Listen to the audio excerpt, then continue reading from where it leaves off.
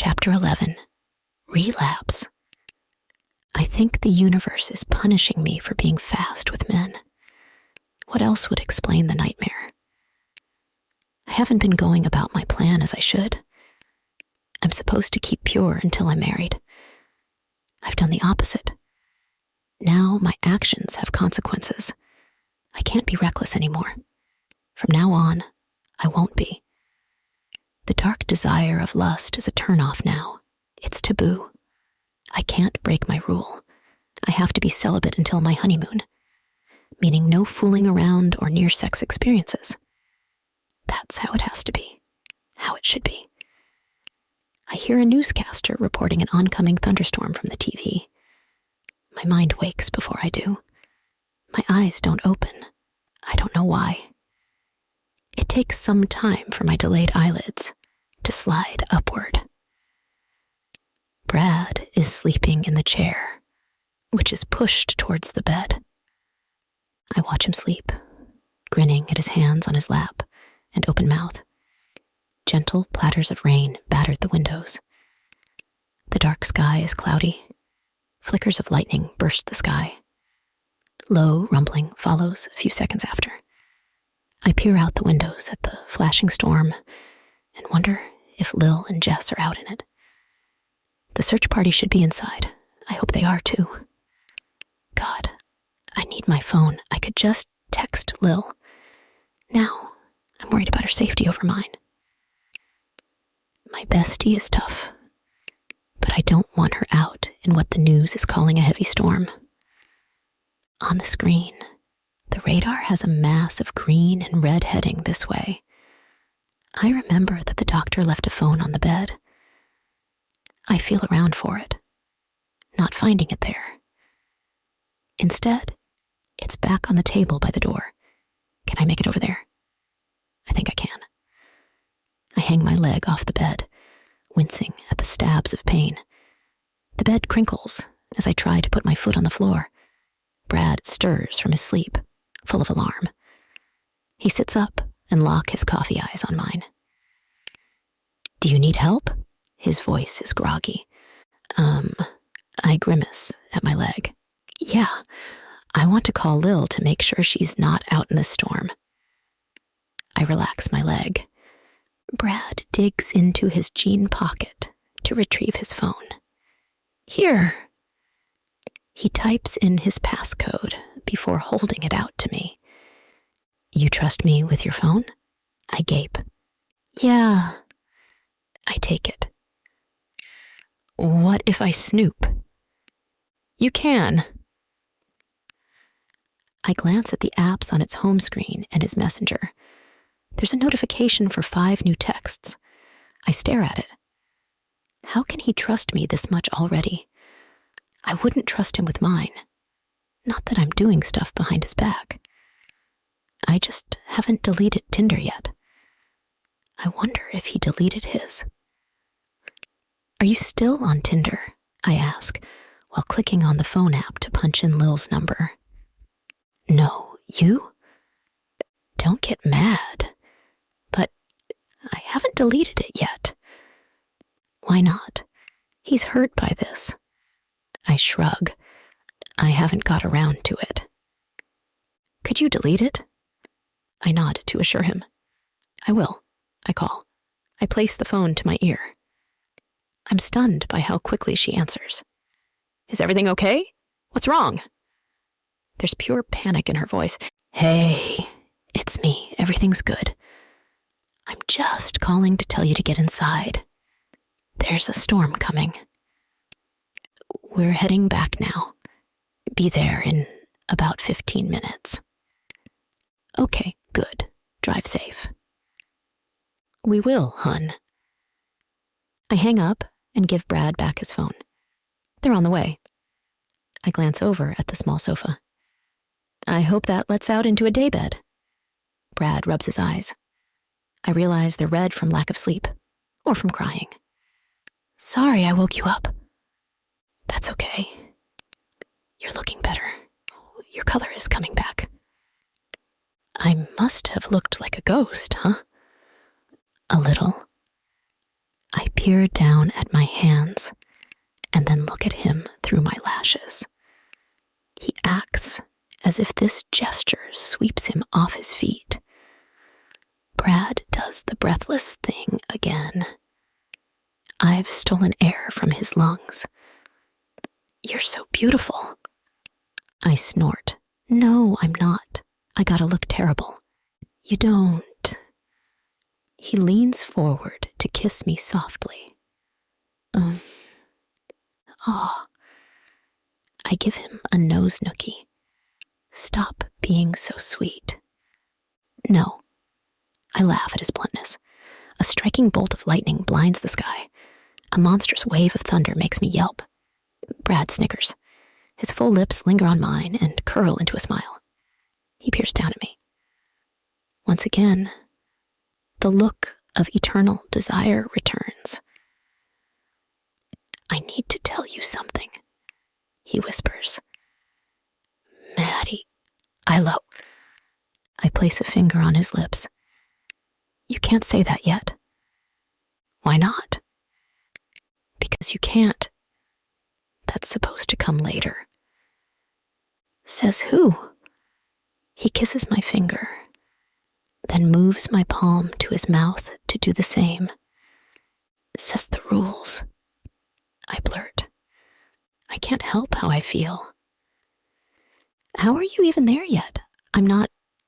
I like you a lot, but are you sure? I am. But how?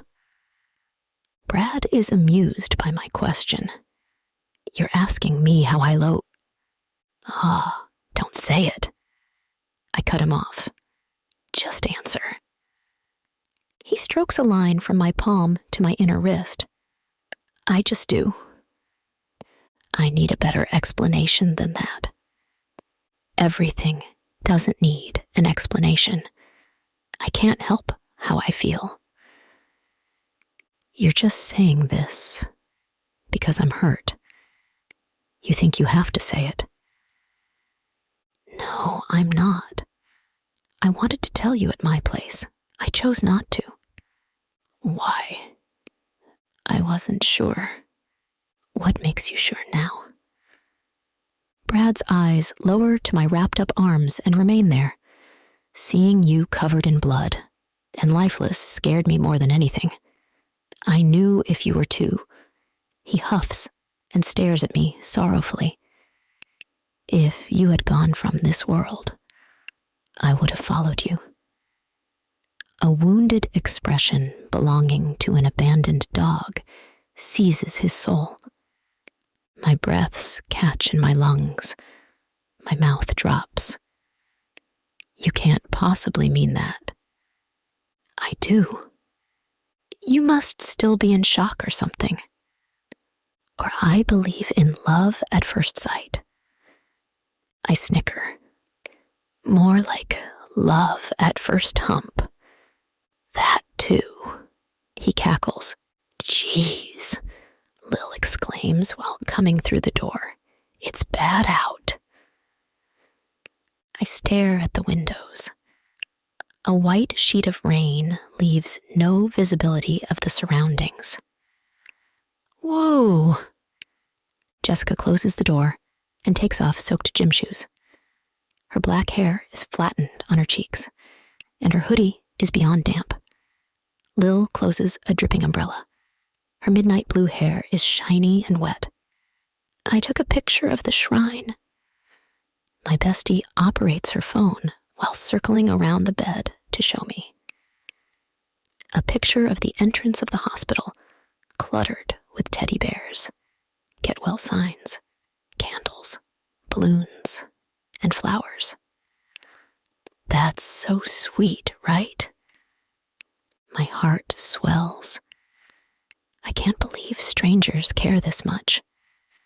Well, I guess the saying, the kindness of strangers, is true. Oh, I picked you up a cake with extra fudge. She wiggles a clear container of sweet bread. You're gonna fatten me up. Crap, she's on to us. Jess, ready the getaway car. She uses a villainous voice. Jessica hums the Mission Impossible theme music. Lil does a robber tiptoe to the beat. What kills me is when Brad hums along in a deeper tone, while Jessica goes higher. I give out a gut-wrenching laugh, which hurts my stomach. Please stop, I snort like a pig.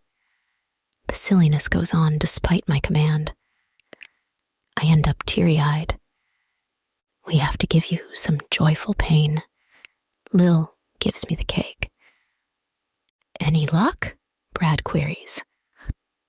No, people think the guy skipped the state or country. But it doesn't hurt to keep hope. Jessica sits on the opposite side of the bed and grins at me. There's a hint of sympathy she can't hide. I know you probably don't want to talk about it, but how did he look? It's hard locating someone without a description. True. Lil seconds. Why haven't the police interviewed you yet? It's so weird that they're hunting without an illustration. It is, especially now that the guy ditched the car. Brad comments. Maybe Uber handed over dash cam footage, or his employee photo, I deduce. I'm sorry. Jessica, but I can't. All right. She places a hand over mine. Take your time. When I finish the cake, I use a face wipe to clean my mouth. I can be a slob sometimes, especially over chocolate. The news report my case for about a minute, since there are no new developments. I'm thankful to be spared. I hate the overdramatic news reporters who act more concerned than they actually are. I enjoy the support I have in the room from people who actually care. I wonder if my parents know about my situation. They're over 100 miles away in Montana. If only I had my phone. I bet I have so many missed calls. I use Brad's cell again to call my mom. The line rings for some time before dropping to a silent tone. I hang up. I'll try again in the morning. Is it the right number? Lil knows who I'm trying to call without me saying. She frowns at the phone. It should be, unless my mom has a new one. Think about it in the morning. My boyfriend eases my troubled mind. My face flinches. My hand hurries to massage it. You okay? Yeah, dotity. Quote S, probably a muscle spasm. The sensation leaves for a few seconds, then returns tenfold. The back of my head hammers blindingly. A waterfall effect fills my skull. A needling stab makes me clutch the back of my head. Ah! Ah! I exclaim loudly. All three of them rush to hover over me. Maddie? Are you okay? What's wrong? Call the doctor. The ceiling lights burn my retinas. The room spins. I hyperventilate and scream when a thumping pressure smashes my head. Their worried faces crowd mine. My friends' mouths move, but I can't make out any words. All I hear is buzzing. The insides of my ears leak. My body vibrates against my will. The ceiling lights blaze and fry my irises. I scream in pain. I can't hear myself. Brad yells something toward the door. Lily turns to stone. Jess runs from the room. The searing pain in my head is unbearable. I lose my grip on consciousness. Darkness is all I see. It's as if I'm blindfolded. I can't open my eyes. I hear the hectic hospital room. The beeping monitor frightens me. There's no break in the sound. Am I flat-lining? I freak out about how rapidly my heart is pumping blood. My head is weightless and scorches up hell. What is the issue here? A doctor asks frantically. Head pain? Another says. When did it begin? A few minutes ago. Should we do an MRI? The current MRI shows no brain injuries. This could be a side effect from the strong medication. Is the doctor right? I hope that's what this is. But the liquid sensation worries me. My brain hasn't stopped trickling water. Or is it blood? The nerves of my brain fire off like a cannonball. Persistent dizziness spins my surroundings. I feel faint again. I try to hold on. I don't want to go back there. I try to scream this aloud, but my mouth isn't capable of moving. My body is paralyzed. I can't summon enough strength to part my lips. I begin to fade away. I can't fall unconscious again. I'm scared. No! Wake up. My mind bellows desperately. Snap out of it. Wake up. I want Brad. Where is he? The thoughts in my head fizzle out. Silence plugs my ears. I stare at a pit. It drags on so long that I figure I'm dead. There's no other explanation for the zero sound and visuals. Not a glimmer of light seeps through. There's supposed to be a tunnel of white. There isn't. It's utter isolation. Darker than space. I think my soul is gone. I believe I'm gone. A swarm of voices comes from far away. This brings hope that I'm alive. The tones are from different people. It sounds as if they're arguing. I focus on one of them to determine what's being said. I use all of my physical might to do so. The frontal lobe of my brain flexes. I demand my mind to listen. No, you're not taking her anywhere. Who do you think you are? I wish it wasn't so faint. I can hardly comprehend the words.